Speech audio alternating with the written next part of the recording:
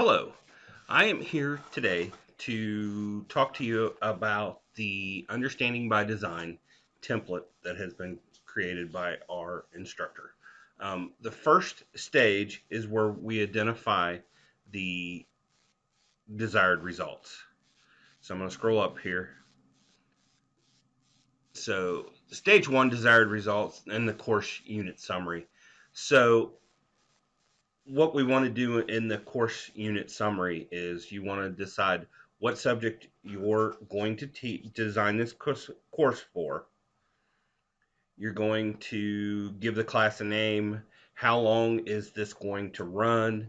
What grade levels are we talking about, whether it be K through 12 or adult education? Keywords that will be used to describe this class, and also whether it's a school district, a university, an organization, if it should be a private company, things like that. Also, the school department in the corporation. Types of schools and organizations. You've got public, private, charter, corporations, company training, and other. Pretty self-explanatory. If there's a textbook, we want to make sure that the textbook is included in this, and then the links to online resources if students would need online resources is there. So the unit is actually what we are going to teach. So, like, I chose RSI for intubation. So my title would be RSI. The unit time frame was we're talking about an hour for this class, and where does this unit fit into the class? So this is just one part of intubations in difficult airways. Unit delivery. This is face to face, online, blended, hands-on, and for the unit that I chose, we're doing face-to-face and hands-on skills as well. The course design describes why are you developing this course, and is it a course project? Is it something that a teacher has come to you to ask you to develop? Is it part of a team developing the course where you're just developing, like I would be developing RSI for an airway management class, and somebody else would be doing, the anatomy of the airway, things like that. The time frame that it is teaching, and then the level of expertise. Subject matter expert is, this the subject. Future instructor, and then course design as well. So the unit summary. So this is where you're going to give an overview of of what the course is, and you want to use simple words. Now, we were instructed to use words a fifth grader can understand. Um, so you want to put things. You don't want to use a lot of medical jargon in this. If since I'm doing the RSI, I would want to use as plain of English as I could to make sure that somebody could understand what the overview of the course is, what we're going to do with it, and everything else. Now we get into the big idea. So, what is the big idea of this course that you're going to develop? So for RSI, the big idea would be to give people the confidence and the ability to do first passes of tubes for RSI to increase the likelihood or the survivability of a patient. That would be my whole statement right there. So professional organizations for content is what the designer will use to set the standards and competencies that guide the development of this course. So each professional organization has some sort of standard or competencies that you have to teach to or you have to follow. So these are what we would use to design this class. And those standards would go down here is where it says standard and competencies. Most standards have codes, so you would put the first code here, and then how the standard read here.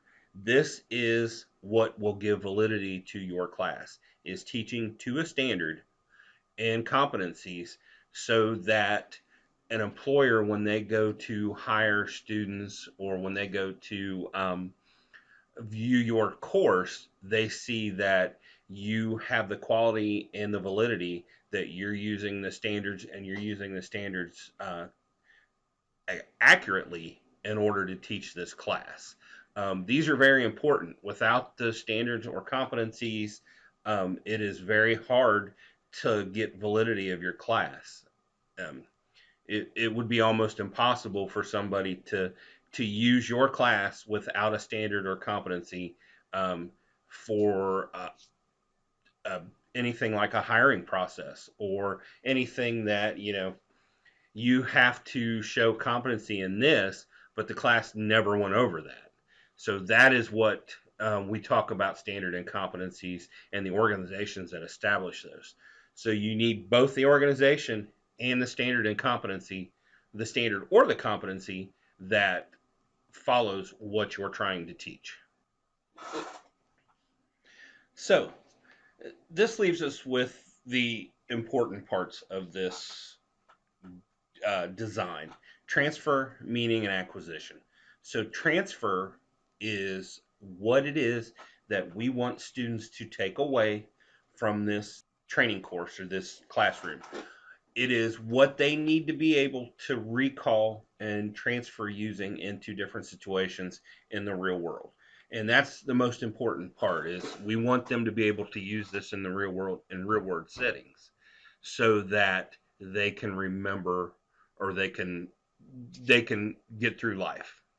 So we're going to answer real world questions. Sorry about that. And we're going to start with, students will be able to use their learning independently too. And what we want to use is, um, let me see if I can do this.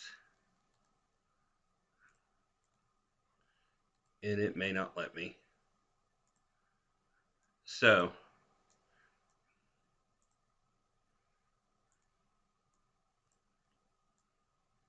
this is Bloomberg's taxonomy, and I'm just going to leave this set right here. So, just to talk about the essential questions that we're going to ask, we want to be able to trigger that higher learning. So that higher learning is analyze, evaluate, and create. So we want students to be able to analyze what they've learned, to be able to use it to figure out problems in the real world. We want them to be able to evaluate those real world problems and make their learning fit to what we've taught them. And then we want them to be able to come up with creative answers and create solutions for problems. So that's what transfer is all about. Now, meaning is, we want these essential questions based on the analyze, evaluate, and create, um, from Bloom's taxonomy. We want to uh, ask questions that is going to be thought provoking and make them want to learn about what we're teaching. So, we've got to use words that, that would be, the students will be able to analyze, the student will be able to evaluate, the student will be able to create, something like that, so that they can trigger that higher thinking and make those recall pathways so that they can recall information when needed at future dates. Understanding, you know, uh, as you can read, this says be specific. Do you want to be specific to what you want the students to understand? So, we want to put in a question, students will understand that. And this is all based on the competencies in the code. So this all correlates to those competencies and standards that we've highlighted in the beginning. All these questions, the transfer, the meaning, the understanding, the acquisition, the skills, all comes back to those.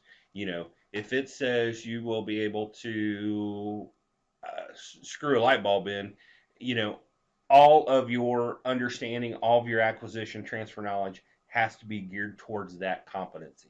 You know, how are you going to make those students be able to do that and be able to recall it whenever they need it? Acquisition, this is what we want the students to remember. The students will know whatever. And skills. Now, um, acquisition and skills can be done with technology. They can be done with hands-on. They can be done cognitively.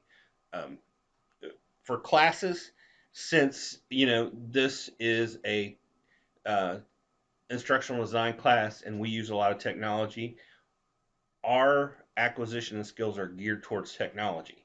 So students are going to be able to use you know Google Forms to create a test that's automatically graded, like you'll see at the end of the program. Um, those are the skills that we want our students to have. So that is why we have all those. So that is just a basic nutshell of the stage one. Stay tuned for stage two and stage three immediately following this. And thank you for listening.